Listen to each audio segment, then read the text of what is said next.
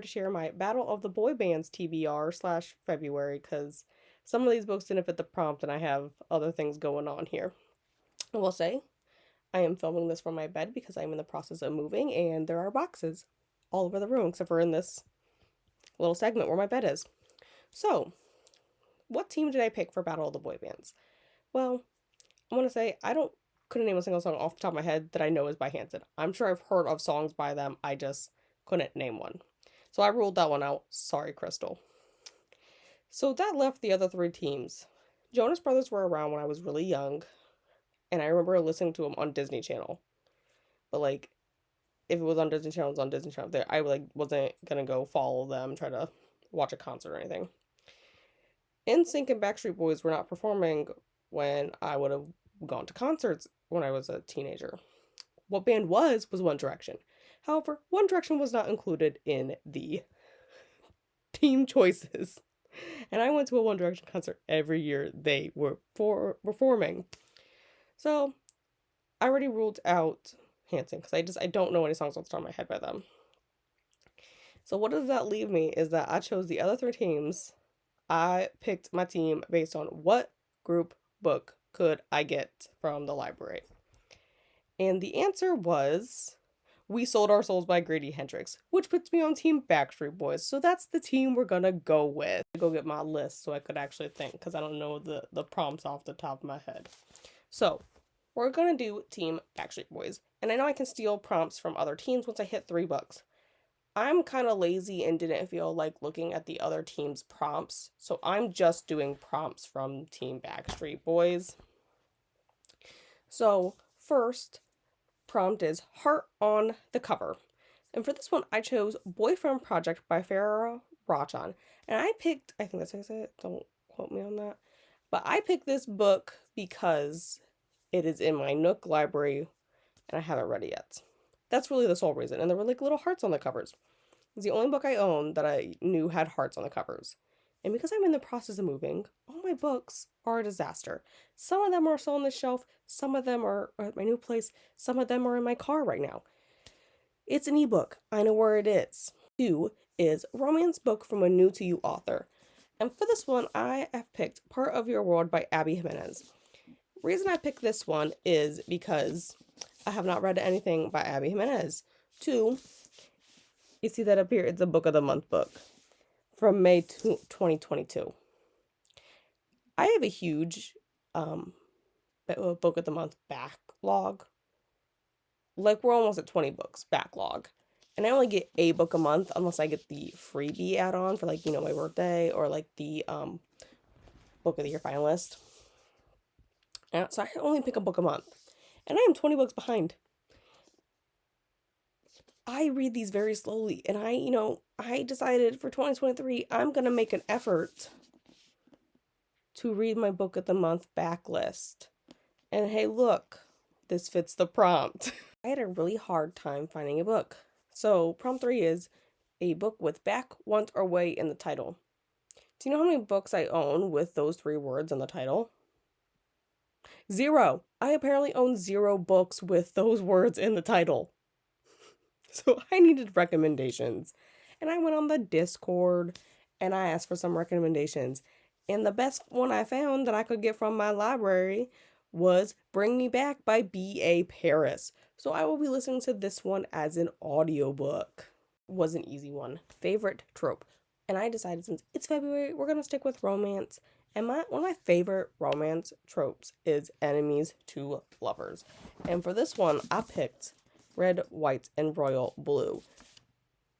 Also a Book of the Month, but hey, I've read this one before. I read this one back in 2020, and I've been wanting to reread it. And so, we're going to reread it. It's a bit of a chunkier one, I've realized. I didn't think it was like that chunky, but like, hey, it's a bit of a chunkier one. I think that's just because like a romance, a little over 400 pages, that's a lot for a romance book. But this is the one we will be going with because enemies to lovers. And February, so I feel like we should be reading some romance and then I can get back into my fantasy and thriller stuff. On the list is outside of your usual go-to genre. And if y'all thought the last one was chunky, well, if I guess I thought the last one was chunky, this is the next one that I picked. And what genre did I pick for my unusual, not outside my go-to genre? Well, I picked historical fiction. I picked A Dangerous Inheritance by Alison Ware. This book is over 500 pages. A little over, not that much. And, it's all historical fiction. I don't typically read historical fiction. I would say on average, I maybe read 1 or 2 historical fiction books a year. So, this is outside of my normal genre, and I picked this one up at a book sale actually in September. And my goal is to, another goal I made this year is to, hey, read the books you got from that book sale before the next book sale comes around. So we are gonna read this one. It is a Tudor Rivals in the Secret of the Tower.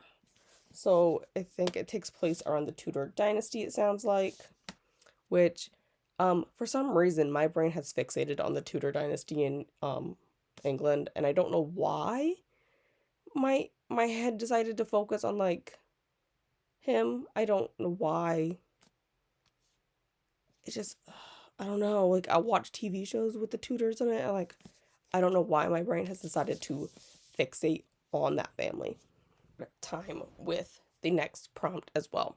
So the next prompt takes place in Florida or the Southeast. And I'm really glad we added or Southeast, because if I tried to find a book just in Florida, I think I'd have a hell of a time trying to find something that takes place in Florida exactly. But if we're going with the Southeast, I've picked Where the Crawdads Sing by Delia Owens. And I know there's controversy around this book, but this was another book I got from the book sale before I had heard about the controversy, and I've already bought the book. I mean, I bought it for like 50 cents because the book sale was like $2 and under a book. But I'm still going to read it because I bought it. And I kind of want to watch the movie because I've heard the movie's really good. And this isn't just a prompt for this challenge. I am buddy reading it with some people this month, as well as it is one of my 12 and 12 recommendations. And I got this one recommendation. Oh my gosh, where's my recommendation list? Oh, here it is. This one was recommended by the doctor I work with.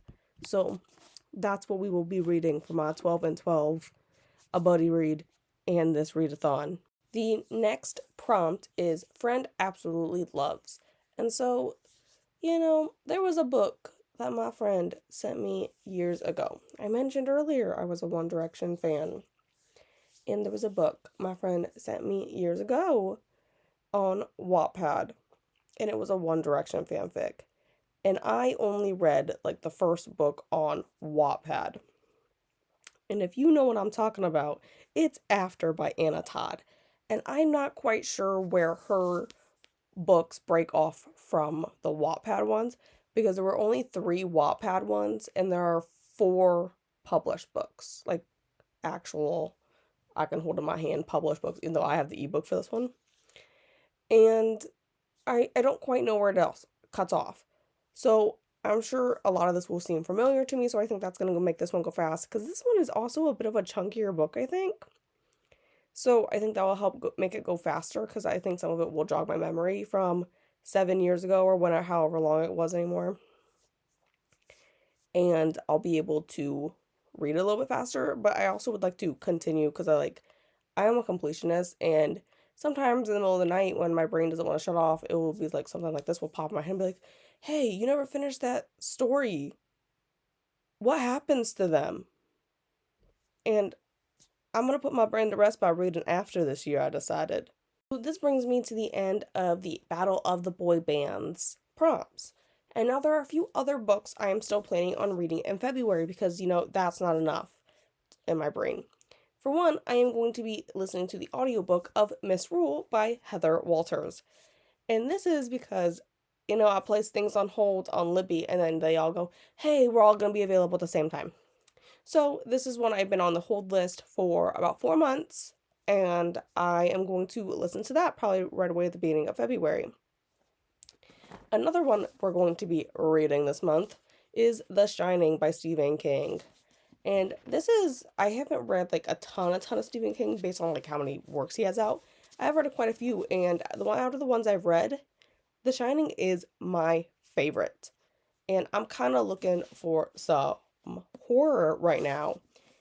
I don't know why. I kind of want some, I mix it in with the romance. I want some horror.